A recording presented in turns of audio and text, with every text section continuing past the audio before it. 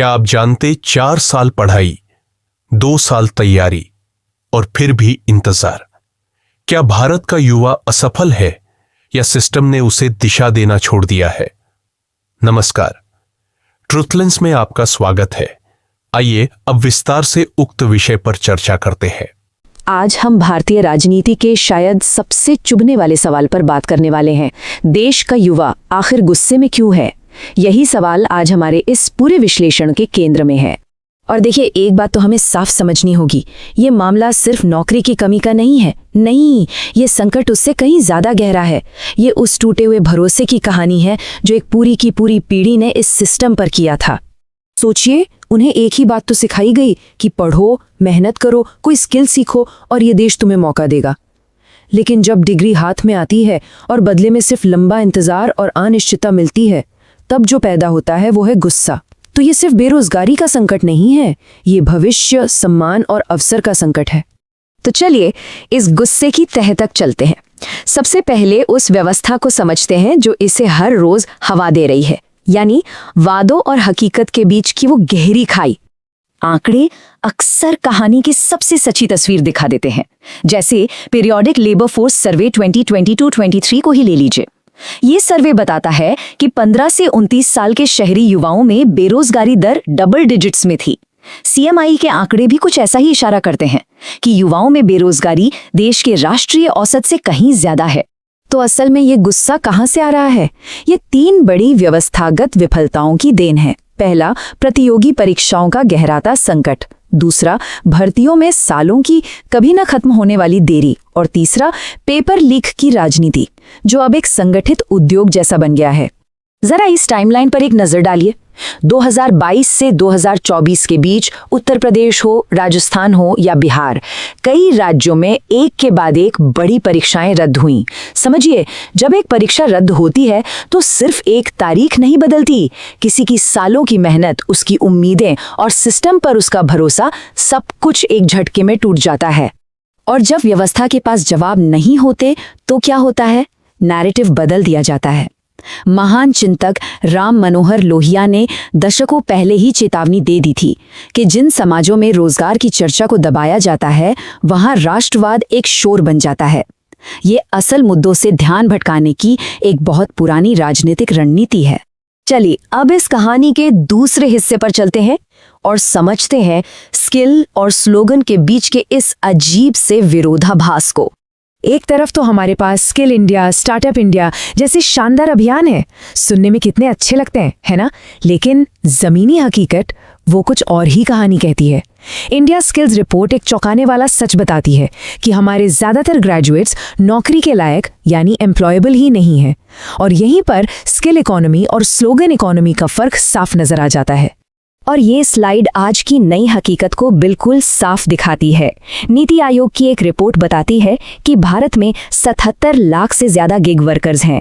मतलब आज के युवा को एक स्थायी पक्की नौकरी नहीं बल्कि एक टास्क मिल रहा है। आज काम है, कल का पता नहीं। स्थायित्व की जगह अब अनिश्चितता ने ले ली है। परमानेंट नौकरियां घट रही हैं और कॉन्ट्रैक्ट पर काम करने का चलन बढ़ रहा है। डॉक्टर APJ अब्दुल कलाम का एक बहुत बड़ा सपना था कि हमारे युवा सिर्फ जॉब सीकर्स न बने बल्कि जॉब क्रिएटर्स बने। नौकरी खोजने वाले नहीं, नौकरी बनाने वाले बने। लेकिन यहाँ एक कड़वा सच है, ये सपना पूरा कैसे होगा जब सिस्टम ही अवसर पैदा नहीं करेगा? तो प्रतिभा यहाँ रुकेगी क्यों? वो तो एक बेहतर भविष्य की तलाश में पलायन कर ही जाएगी। और यहीं से हम अपने तीसरे और बहुत ज़रूरी बिंदु पर आते हैं, प्रतिभा का पलायन यानी ब्रेन ड्रेन। ये सिर्फ एक आर्थिक फैसला नहीं है, ये इस निराशाजनक सिस्टम से एक तरह का मनोवैज्ञानिक पलायन भी है। इस आंकड़े पर गौर कीजिए। विदेश मंत्रालय के मुताबिक सिर्फ एक साल यानी 2022 में 7.5 लाख से ज्यादा भारतीय छात्र पढ़ने के लिए विदेश गए। ये सिर्फ बेहतर शिक्षा की तलाश नहीं है, ये एक बेहतर भविष्य की गारंटी की तलाश है। देखिए, इसे पुश पुल मॉडल से आसानी से समझा जा सकता है। एक तरफ बेहतर रिसर्च, स्थायी नौकरी और एक साफ करियर पाथ का वैश्विक पुल है, यानी एक खिंचाव है। तो दूसरी तरफ यहाँ परीक्षा में देरी, अच्छी नौकरियों की कमी और पॉलिसी की अनिश्चितता का घरेलू पुश है, यानी एक तरह का दबाव है जो उन्हें बाहर धकेल रहा है।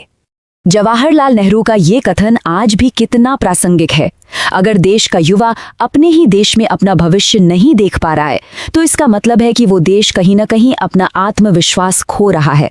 ब्रेन ड्रेन सिर्फ एक आर्थिक नुकसान नहीं है, ये राष्ट्रीय आत्मविश्वास में आई कमी का एक बहुत बड़ा संकेत है। तो ये सब हमें एक बहुत बड़े और गंभीर सवाल पर लाके खड़ा करता है।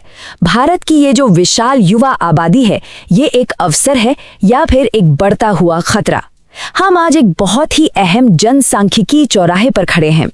डेमोग्राफिक डिविडेंड, ये वो शब्द है जो दशकों से भारत की विकास गाथा का सबसे बड़ा वादा रहा है।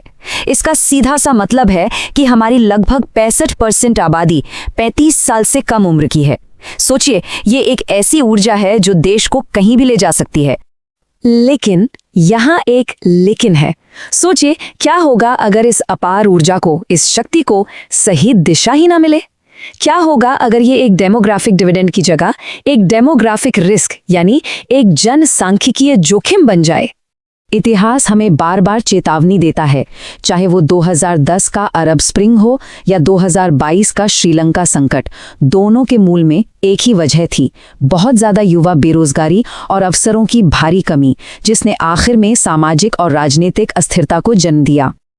अटल बिहारी वाजपेयी जी ने बिल्कुल सही कहा था, युवा ऊर्जा कभी भी न्यूट्रल नहीं रहती, वो एक नदी की तरह है। अगर उसे निर्माण के लिए सही दिशा मिले तो वो राष्ट्र का निर्माण करती है, और अगर दिशा ना मिले तो वो असंतोष को जन्म देती है। और ये बात हमें हमारे शुरुआती सवाल के दूसरे और सबसे महत्वपूर्ण हिस्से पर वापस लाती है। आखिर सत्ता इस ऊर्जा को दिशा क्यों नहीं दे पा रही है? इसका जवाब एक नीतिगत शून्य यानी एक पॉलिसी वैक्यूम में छिपा है। इस राजनीतिक चक्र को समझिए। नीतियां अक्सर 5 साल के छोटे से चुनावी चक्र में फंसकर रह जाती हैं।